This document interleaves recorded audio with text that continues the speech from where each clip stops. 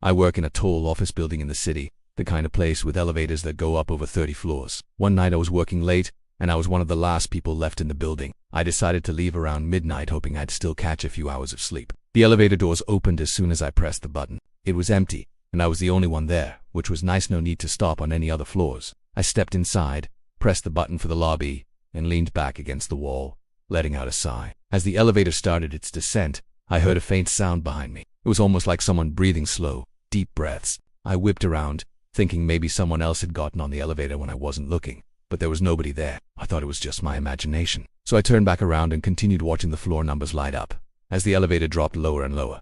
Then the breathing got louder, closer. It was like it was right behind me. I felt my heart race. I slowly turned my head, but the elevator was still empty. I'm not a superstitious person, and I tried to convince myself it was just the sound of the elevator machinery. But then, the air got cold. I'm talking freezing cold, like a sudden gust of wind had just blown through. Even though the elevator was sealed tight, the breathing wasn't stopping. It was still behind me. I tried to ignore it and focused on the doors as we neared the lobby. The moment the elevator reached the ground floor, I was out of there faster than I ever thought possible. But as I stepped out, I saw something that made my stomach drop. There was a man standing in the lobby, facing the elevator. He was just staring at me, unmoving, expressionless. His eyes were dark, and his skin was so pale it almost seemed sickly. I don't know how I didn't see him before, but there he was, standing in front of the elevator. I was paralyzed, frozen in fear.